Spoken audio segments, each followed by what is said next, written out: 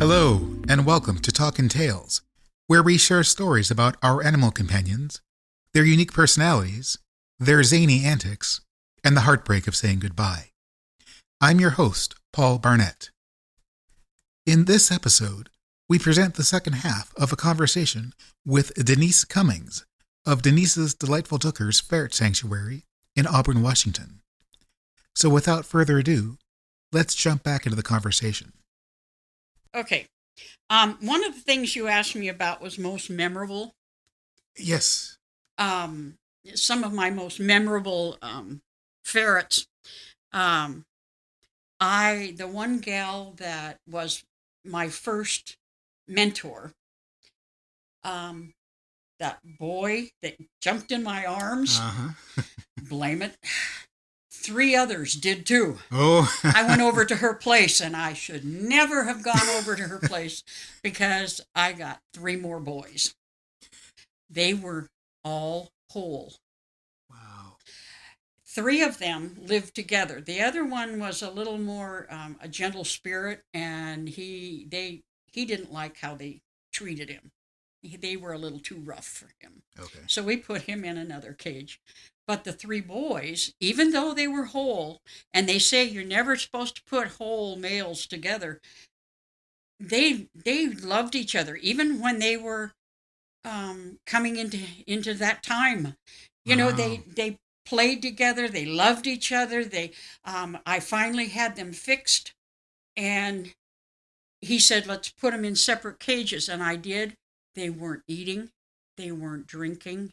They were beginning to look really bad, so I grabbed them up, put them in their cage. They were fine. They ate, they drank.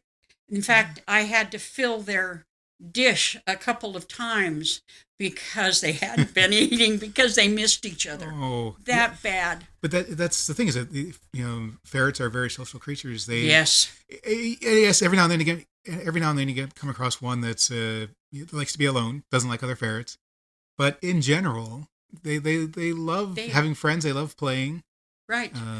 The one that I told you about that they did the lighter on her tail, I had some ferrets here. One of them was one of her boys, Carol's, that I got from her.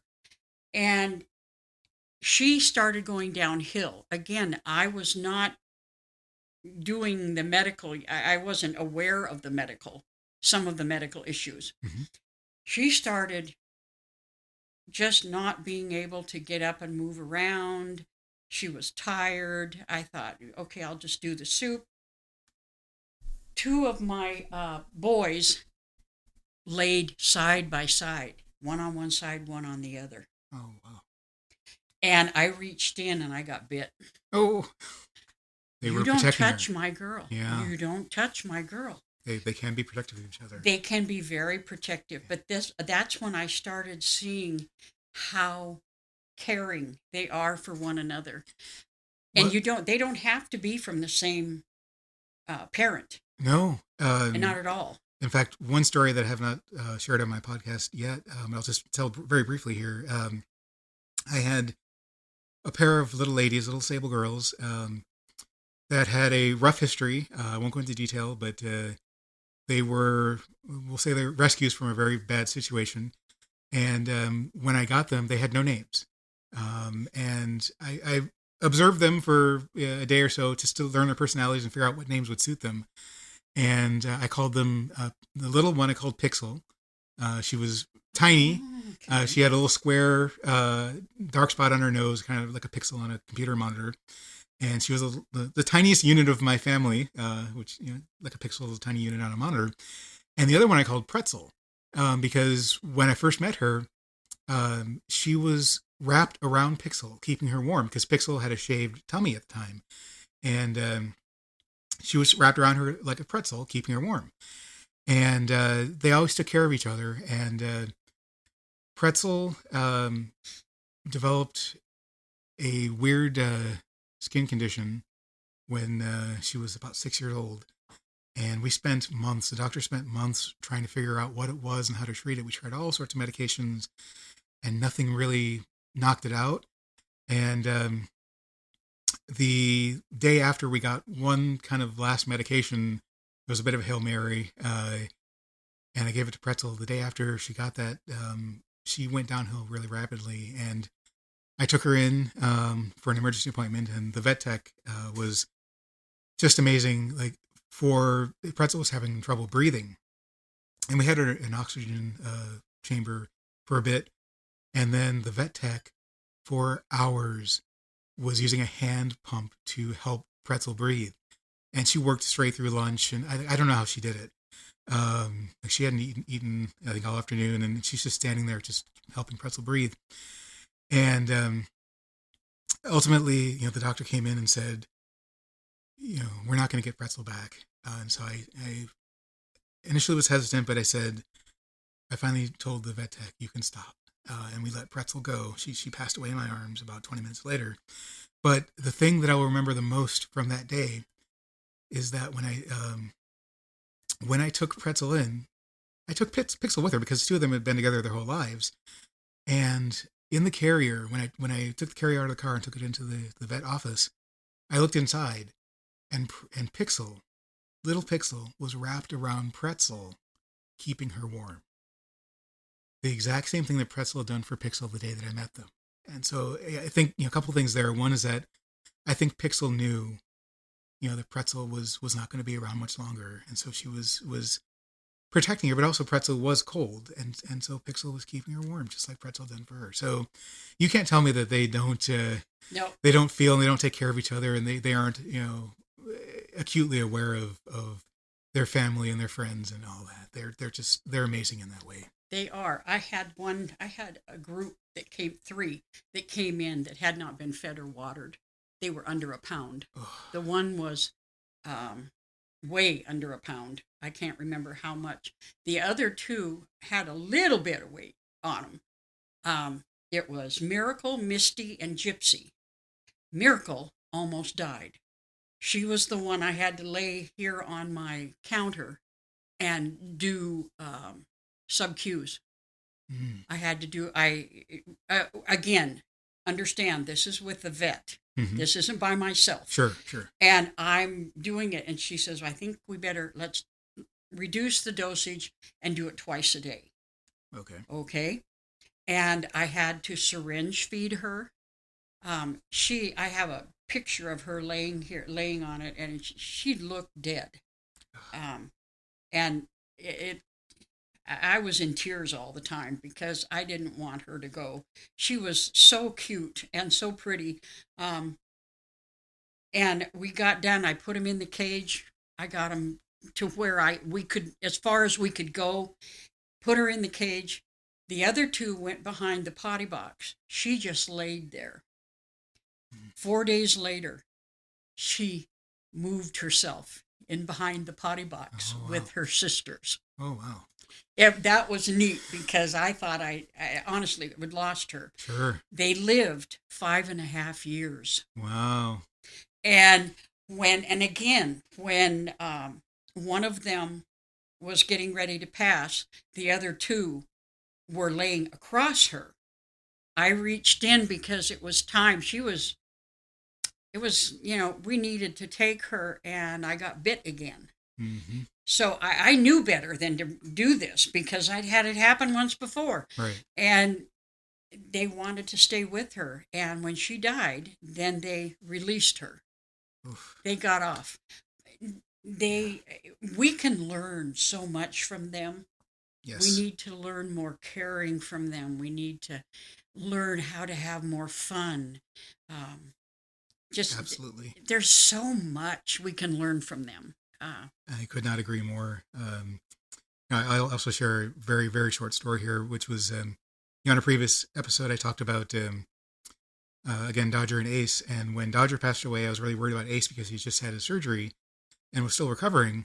And Dodger and Ace were inseparable. Well, I had, of course, I had many other ferrets at the time, but I had one. His name was also Milo. He was. I called him Champagne Milo because he was a champagne. So I've had a Milo of each color, and he was kind of a wild child. He had tons of energy, and he would, run around and cause all sorts of trouble, in a good ferrety way, not in a mean spirited way. But when Dodger passed, Ace was clearly sad. I mean, he had just lost his best friend, and the two of them had been bonded for a couple of years at this point. And I was really pleasantly surprised by how Champagne Milo stepped up. And, that day, and from that day on, really, Champagne Milo would snuggle up with Ace. He would keep him company. He would play with him. Ace was getting up there in years, but, Milo would play with Ace gently, appropriately. And I'd find them curled up in a hammock together, curled up in a box together when playtime was over. Milo just stepped up, and Milo, calmed down and became a very affectionate and responsible little man, and stayed with Ace until the day we had to say goodbye to Ace. He was there with Ace when we said goodbye, and it was amazing to see that transformation, that growth in this ferret who had so much energy and it seemed, in his first, years with me, all he cared about was playing. He just wanted to play, go. And he matured, and he became, Ace's best friend. To me, it's very special to watch when that happens. It took a while for me to understand, but I love the biters. And people say, look at me, you're crazy. No, you can see their personality. Most of their personality is hidden by fear.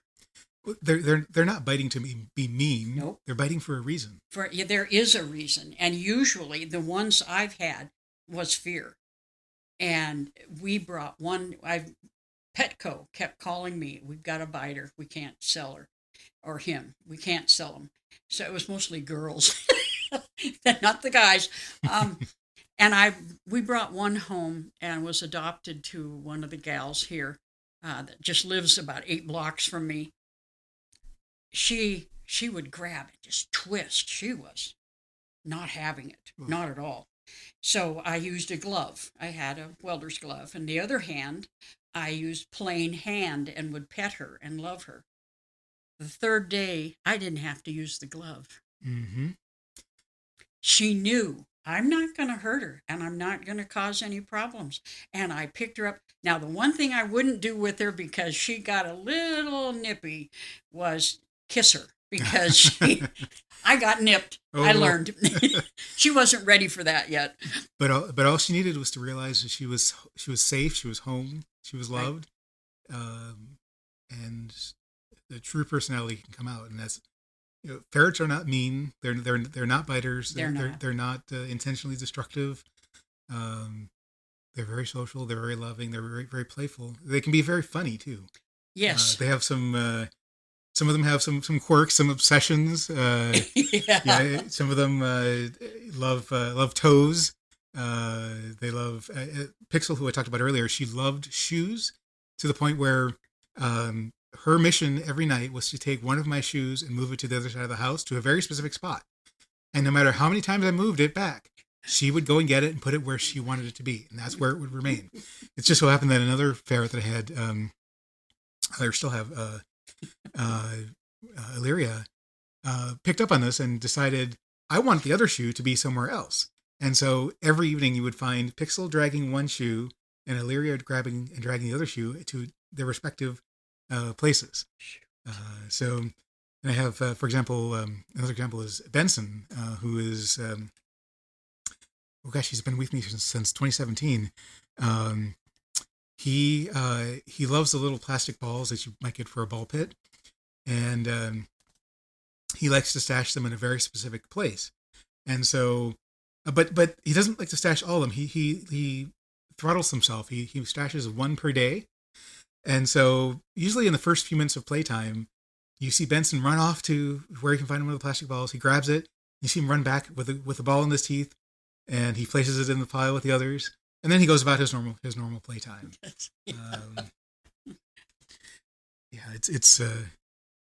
It can be quite cute to see their little obsessions. They have so much fun.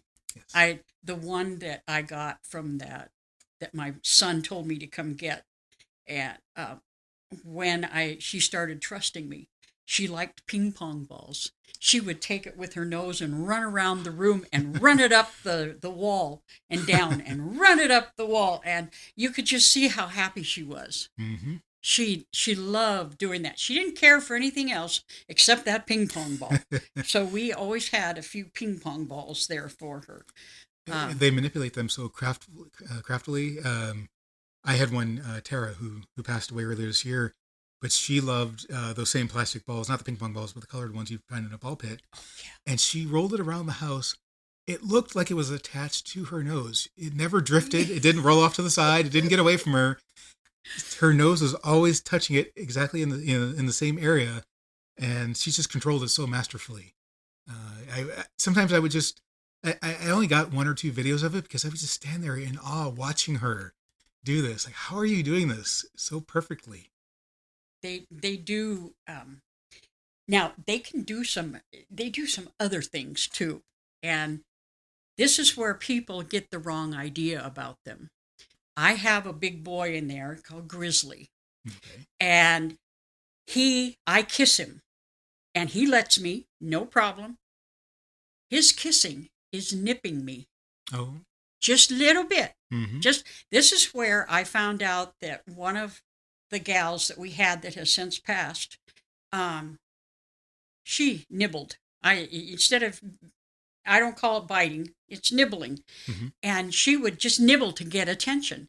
And the guy would kick her into the wall. Oh, no. And then the lady who was the guy's mother would smack her upside the head. And I just tell Grizzly, no, that hurts the mama ferret. No, that hurts the mama ferret. So he does it eat lighter. But he still does it. Oh, jeez. But that's his way of kissing. Wow. He doesn't do the lick. Mm-hmm. He just does a little nibble on me.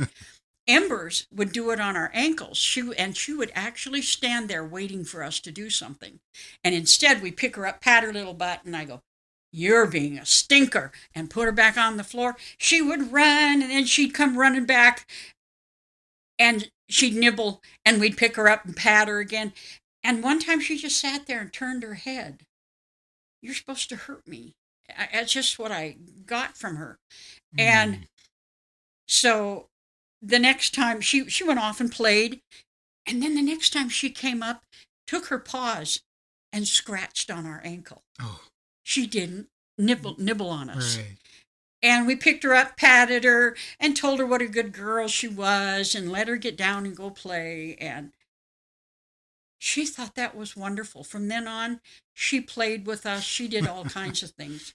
But people have to realize, take a look at why they're doing what they're doing. Right. Don't just assume they're being bad. Right. They're not.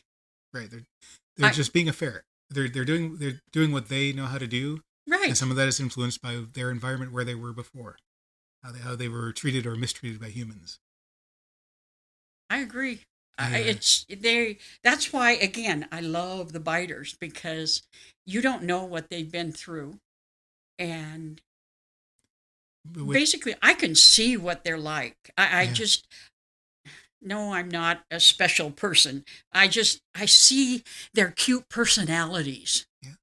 And you give them an environment where they can be themselves. Yeah. Where they can play and not be kicked or burned or otherwise mistreated. And so they can relax, and then they kind of quickly figure out there's no need to bite. Right. They get food and they get attention without biting. Yep. And I like the welder's glove when you first get a hold of them, because you could get injured. One gal at the Petco she bit through her thumbnail and hit a nerve. But I'm glad I had the welder's glove. But again, I didn't have to use it very long. Right. Just a few days. Yeah. Because you're right. They feel relaxed enough to be who they are. And that's when, when they relax, that's when in turn you get the best experience. You get to see all those antics. You get to see those personalities, and there have been, I can't count the number of times my ferrets have made me just laugh out loud at how funny and silly they're being. Whether and it doesn't necessarily mean that it doesn't come from me interacting with them, just them interacting with each other or with them. Again, having their little obsessions with shoes or balls or whatever, and just playing. They'll just be silly, and that's so wonderful to watch. I think that's why I fell in love, because her name, the gal that I got, my son told me to come get, her name was Dolly, but we called her Jaws. It was alias Jaws because of her biting. But she was so beautiful and so sweet and so playful. Once she got past that, she loved doing all kinds of things. Mm-hmm. And you're right, the laughing, they can do some of the silliest things. And some people get upset at them, and I think, wait a minute, don't get upset at them, laugh, because they're not doing it to you, they're just doing it. Yep, yes. They're just having fun. So you made a couple of TV appearances to talk about your shelter. Yeah. I'm kind of curious. So I saw a clip on YouTube. You were on Northwest Afternoon, I believe, back in 2008. And I'm curious what that experience was like for you. How did that come about? And did it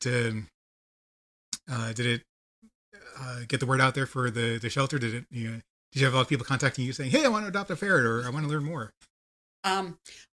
Before I ever did Northwest Afternoon, I had King 5 come in and do a big thing. I can't find it, but they did watching the ferrets play and wanting the volunteers and myself in there to, just interact with them. Mm-hmm. And they announced it and did it on TV, and somebody from the city saw it.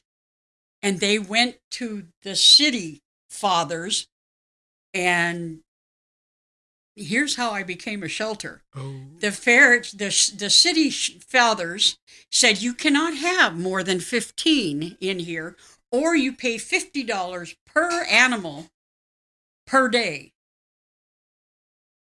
I had about 80 some at the time.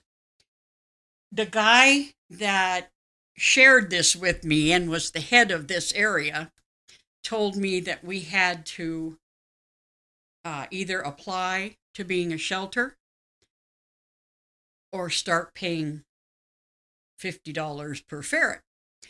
So we started the paperwork to become a shelter. That's how I became a shelter. Oh, okay. Then, shortly thereafter, Northwest Afternoon asked us to come on, so we did, and I took Miracle, Gypsy, and Misty, the three that we almost lost, mm-hmm. And took them into them. And it was really unique. I was jittery as all get out. My husband loved doing these things. I didn't, but he did.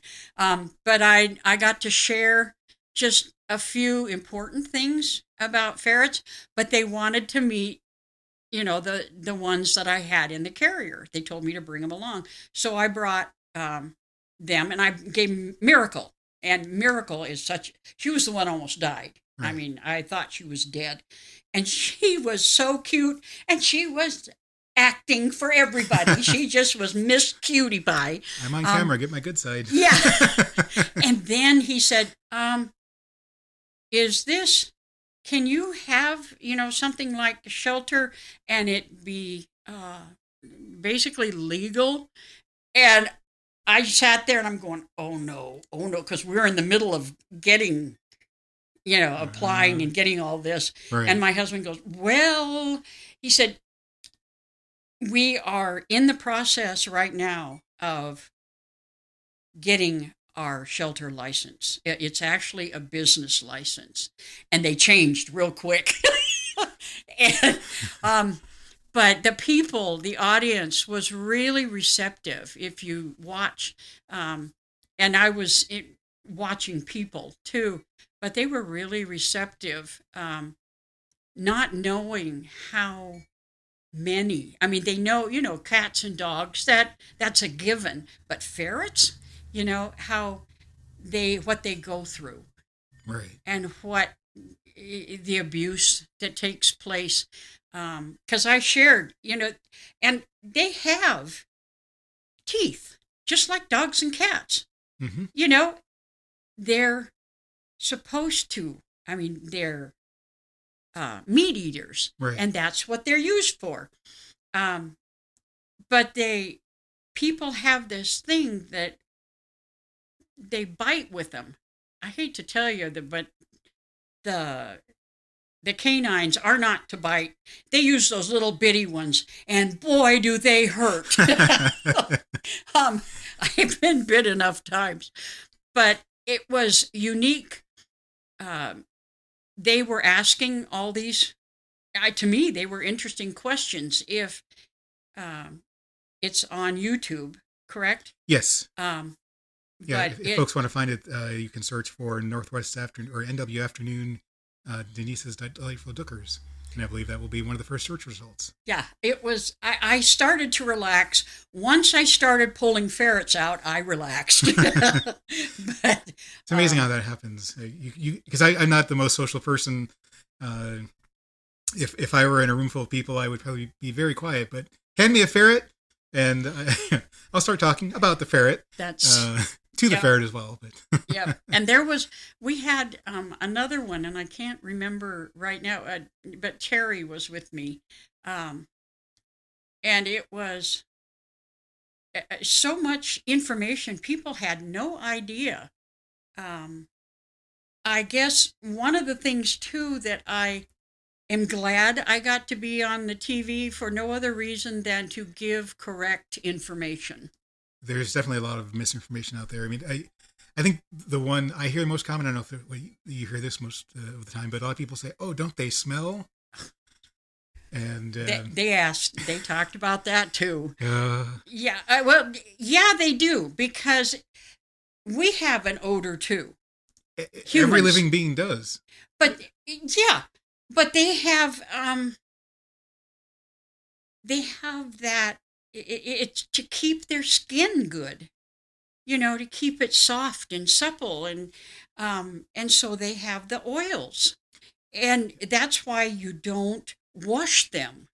You let them play in rice, and that just removes it without any problems, and it doesn't come back in 10 times faster. Well, and there's some very simple things that folks can do to control that. Like Right. I believe you mentioned this on that segment, which was wash their bedding regularly. This is not like, because I've seen people on Facebook or in casual conversation before, like, oh, I changed my ferret's bedding, a month or two ago. Well, no, you should probably be changing it out much more frequently. Don't wait until when you go to pick it up out of the cage, it's well formed and you can't get it to look like anything else. Yeah. But I've had them come in like that. Yeah, and what I've found, and then I think this might apply to other people who figure this out, and because you don't want to have your ferret cage without hammocks and without coverings on the platforms while you're washing things. You have multiple sets of bedding you can change out. So while you're washing one, you've got something else on there.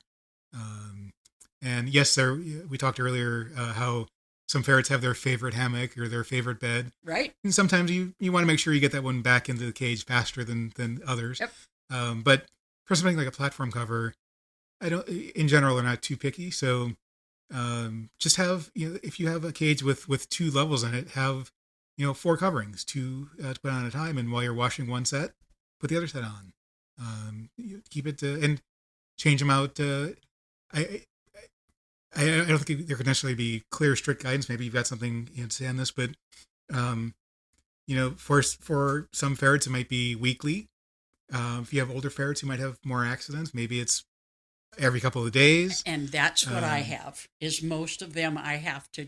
If you looked up on the cage, you saw some blankets and stuff up there, and that's so I can trade them out. Yeah. And usually it's every other day. And because they have trouble. Yeah, and just keep those things on hand. There are folks all over that make bedding for ferrets. I don't know if you have any.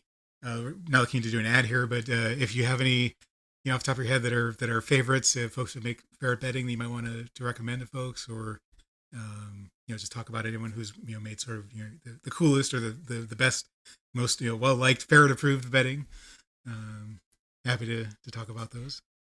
There's a group that makes the bedding, and they sell it on it's Ferret Fabulous Finds Auction House. Ah. And the one lady, Rose, is phenomenal. Okay. And she makes beautiful stuff. Okay. It's a good thing to check with them. Get on there. And this they are on Facebook? On Facebook. Okay. Yep. And it's really good. And her name is Rose German. Oh, okay. And she does a lot. And there's other gals that make it also. And they will sometimes refer you to them. So if you start here, you'll find out all the other different ones that do it also. And it's so neat because one of the things I have found with her making it, and I had a couple others, it's done in love because my ferrets accept them, no problem. They know they're made with love. Yes. And that people really care for them. That's great to hear. Ferrets spend a fair amount of their day sleeping. And so you want to make sure that they're sleeping in something that they enjoy, that's comfortable for them, that's safe for them. There's definitely considerations there around like what materials are made out of. Some ferrets like to chew their bedding. You want to make sure it's something that doesn't fray and end up with fibers that they can ingest and cause a blockage. Certainly nothing with rubber or plastic bits that they can ingest. Those can be deadly.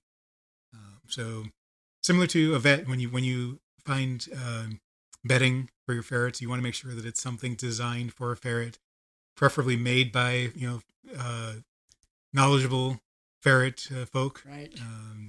Right.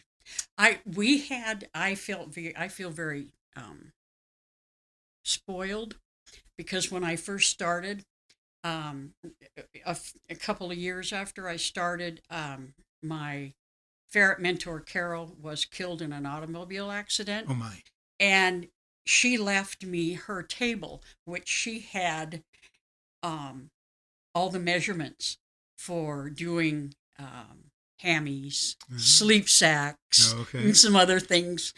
One of my volunteers took it home, copied it, got it, and I didn't have a lot, and she made them for the shelter. Wow. So they were done in a lot of love. Yes. And then as it took a few years, a lot of the times, some of them, if you don't get good ones, they wear out real fast. Mm-hmm. Mine didn't.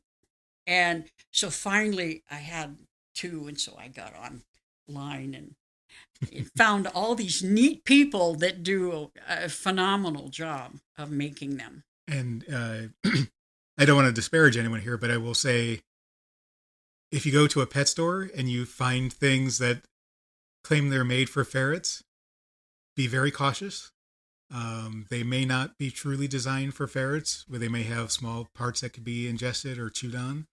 And they also might be horribly overpriced or of not sufficient quality to hold up over time. I can, again, without naming any brands, I can certainly say that when I started out with ferrets, I purchased a few hammocks from a pet store of a popular brand, and within days they had tears in them, and that's just not good. I mean, you can not only may they not be comfortable for the ferret, but if they are frayed and the ferret's nails start to grow, you have to trim the nails regularly. But they could get a nail caught in there.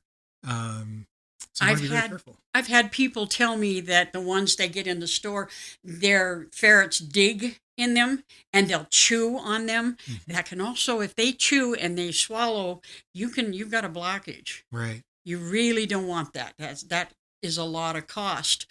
The hammies that I have are folded as you can go. They can go in and bury themselves. Like pocket And I hammock. the pocket. They they don't chew on mine. They don't scratch on mine. Yep. They want to be hidden sometimes. Right. So they hide in those and they love them. Yeah. And some of the people that especially like my volunteers, they started liking them, because the ferrets weren't destroying them. Right. Similarly, the tubes that they crawl through.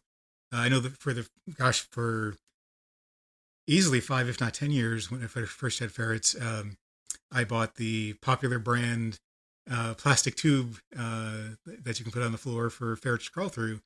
And inevitably, within a week, maybe 2 weeks, there would be a tear in them, multiple tears. They would literally be falling apart.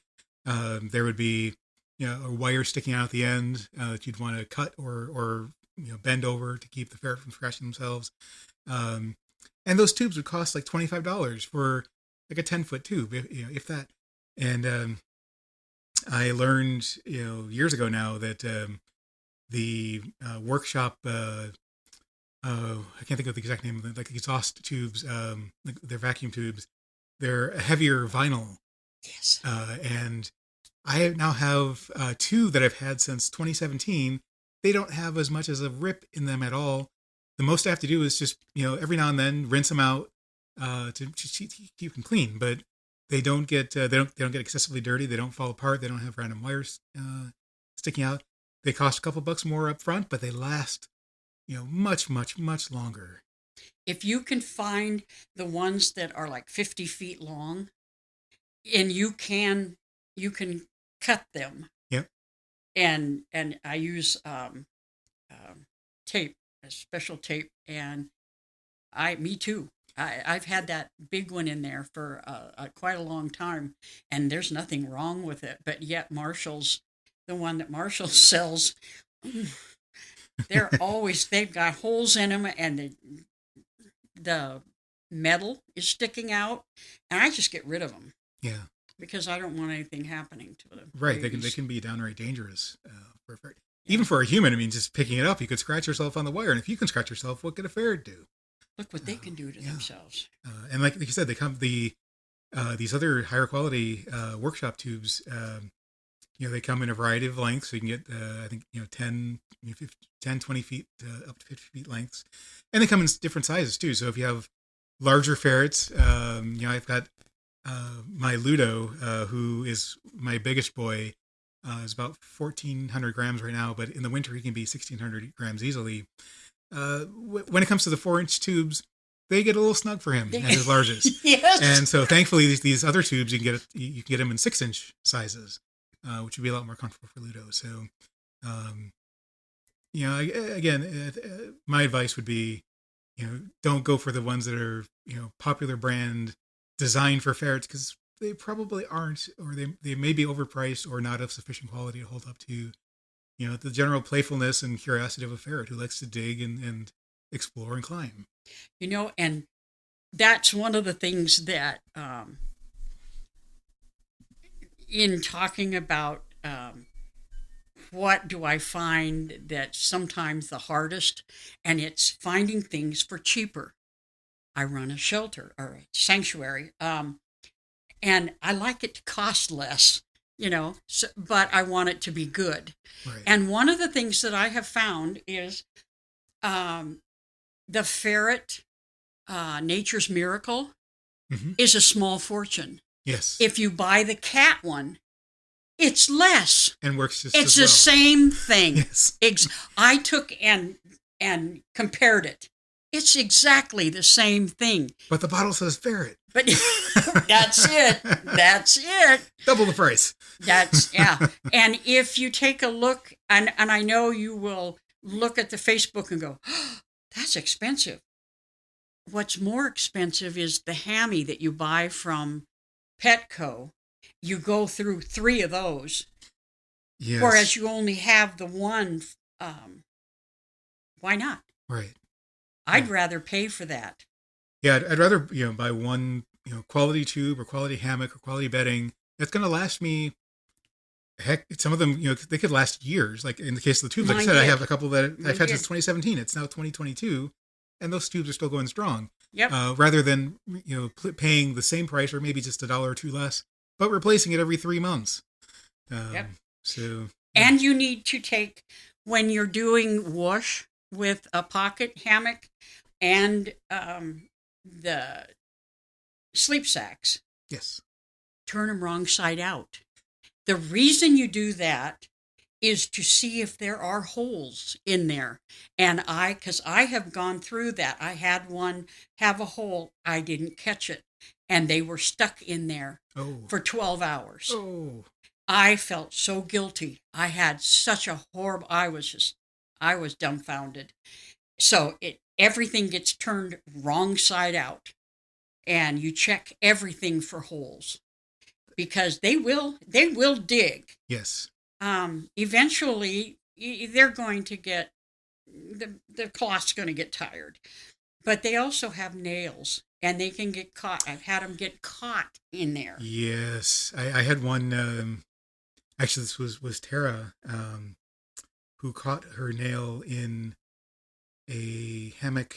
Gosh, this was about 2 years ago now. But her nails were not excessively long, but I guess just the way it got caught in this particular thread in the hammock, she was stuck for, I'm not sure exactly how long, but I think it might have been an hour or so. And she was caught in a very awkward position because she was trying to get out of the hammock, and her nail was caught. So thankfully, I mean, I discovered it and was able to free her. And trimming her nails would not have helped because it wasn't a length issue with the nail. It was at some point she had the nail had broken a little bit, so it snagged on the cloth. But absolutely, I agree with you that keeping tabs on the state of the bedding is incredibly important because they can get a nail caught. They could, if the hole's big enough, they could get their head caught because they see, oh, look, a hole. I'm going to crawl in this tube and hide, and then they can't get out. And you don't want it. You don't want that to happen to your ferret. Or they've tried to get out of the hammy and they're caught, and they sit and spin or pull and break something. Yes.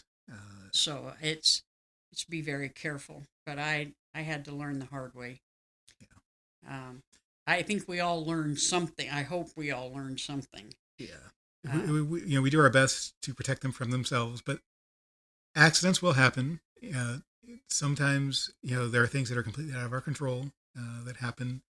And it's important to, do what you can if the ferret needs medical attention or if it's just a matter of replacing the bedding. You do what you can, but nobody's perfect. No process is perfect. No product is perfect. Things will happen.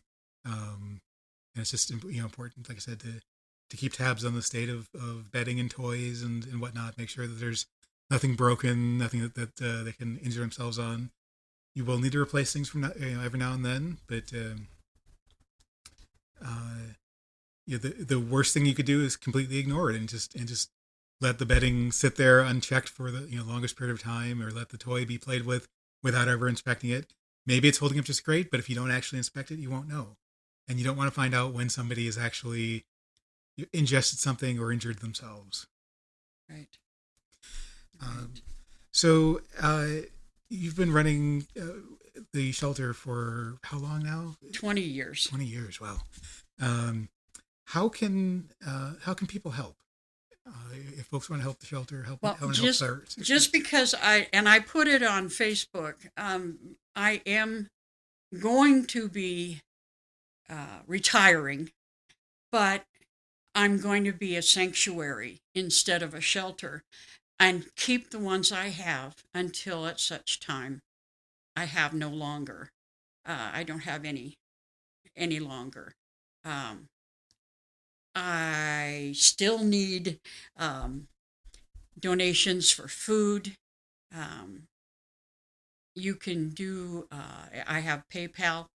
Um, I'm not using right now the potty pads. I was really using those for a while. But donations to Dr. Carter, Dr. Holly Carter. And that's at Evergreen Avian and Exotic Animal Hospital. Yes, and that any money can go into her because we do have a bill with her, and I am keeping up paying it. You mentioned a PayPal address for your shelter. You want to share that? It's Ferret Lady It's FERRET LADEE 25 @yahoo.com. And the 25, the reason I started when I had 25. That's why I did the Ferret Lady 25. I just did the lady differently because so many people do it a certain way, and I thought, I'm going to do it differently. So the lady is LADEE. Okay. And the 25 that's when I started. That's when I got told I had to have things. I do have different on Amazon, the lists. I do have ferret list. Okay. One thing we should point out, because you mentioned in there food is always needed, not just any food. No. Can we talk for a minute about what you feed the ferrets? Because we don't want to promote or even request that anyone donate like random cat food or dog food that they might say, oh, somebody thinks this is good for ferrets, when in fact, if you haven't heard this, I'm sure Denise you have, but if other folks haven't heard this, there's a lot of, one of the more recent trends has been grain-free foods, pet foods, and those are in fact bad for ferrets. They often contain vegetables, peas, for example, and those can cause bladder stones. Right. But what foods do you feed? I use totally ferret, but I use the regular, and I use the turkey, lamb, and venison. Okay. I do use Supreme, not very much. I use Wysong, not very much, but I mean I use that, and I use the Marshalls, because it solidifies their poop when I have ones that have a little mushy poo. That's the Marshall's Premium Ferret Diet. Yes. Now you mentioned Supreme and Wysong in there. I don't use either of those personally, but do you use a specific variant of those? So if I were to go in a store and see Supreme food, would I just instinctively know that that's one that's the ferret food? Well, I believe the Wysong is I think it's the Epigen 90. Okay. Also, the Supreme, do not buy the no grain. Get the regular, because at one point they did have peas in there. So I don't use that. I use the regular. I have 4 or 5 that I use. I call it the shelter blend. And I put it on Facebook because it blew my mind the one day I got up in the morning and here was food everywhere, all over the floor. Missouri is the other one. I ran out of Missouri. And the next morning I had food all over my floor. And I thought, nope, I had already ordered it, but it hadn't come.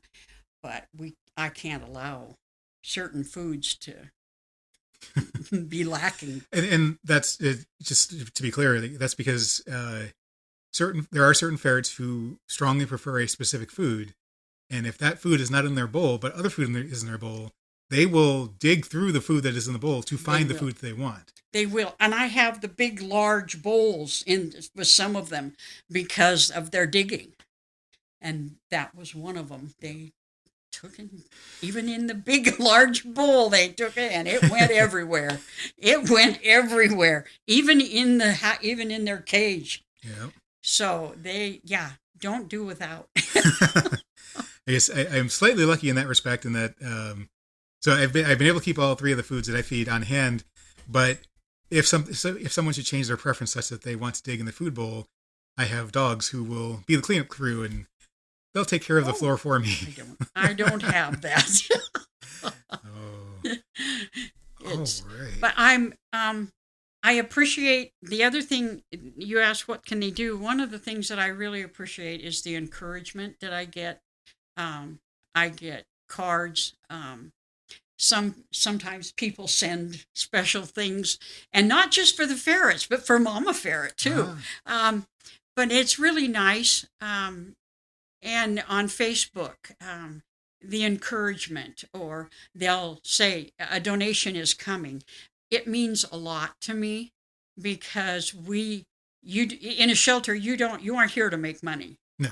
You're here to take care of the ferrets. And just anything is appreciated. It means a lot too. The encouragement really means a lot. And we should mention Denise's Delightful Dookers is on Facebook as well. Yes. So folks can look it up on there if they want to see what you do and get in touch. Sounds good. Okay. Well, thank you very much, Denise. This has been an awesome conversation. Hope we can do this again. It's wonderful to talk about ferrets, especially with somebody so knowledgeable who lives the shelter life day to day. Knows all the ins and outs and has some common experiences and some advice for folks who are thinking about adopting ferrets. And I appreciate who you are. I kept seeing you on Facebook, and I finally met you, and it's neat to watch and very special to watch somebody as loving and as caring and encouraging. I mean, even you doing what you do is encouraging. And how I finally, by the way, I got to meet Skeeter. I was so excited. But how you helped him so much. It's beautiful. It really is. Well, I have to say with Skeeter, I feel like the lucky one. I mean, he was in such a horrible situation, and as we talked about briefly earlier, Terry helped him so much. Nursed him back to health, and then I was chosen to be his forever home, and he is so forgiving of humans. He didn't come in as a biter, as being scared of everything. The first time that I picked him up and held him in my arms, he licked my arm, and he still had a cast on his arm at the time. He was just so loving. He is so loving, and it's just amazing. Every day, he comes out for playtime. He gets plenty of rest, and when it's playtime, he comes out of the cage and he's just bouncing around. He wants to go explore and run and play with his brothers and sisters, and that we talked about the gift earlier, of freeing them from their bodies when the time comes. But ferrets themselves are a gift, and Skeeter is a gift. He is just he could teach us all so much, and being able to see all that enjoyment from somebody who went through such a horrible situation. I think about Skeeter. I think about Ace, who had so many bad hands dealt to him with his cancer, with his jaw, with losing his brother, and he just kept going on. And he was a happy ferret. And I know personally I could learn from that lesson. Like he said, his lesson to me was, no matter how bad things get, you keep going. And I think both Ace and Skeeter have taught me that. So it also shows us how to be forgiving. Yes. Yeah, I mean, honestly, I'm not sure how they do it. I mean, Skeeter was in such a bad situation, and yet he came home and he's just, let's play, hold me, let's snuggle, let me give you kisses. And he's welcomed many other brothers and sisters since he's arrived at his forever home, and he loves them all. He doesn't have a mean bone in his body. He's never bitten. He's never been destructive. He just wants to play. He wants to be held. He wants to love and be loved, and that's what he does. It's very special. And that's, All right. very special.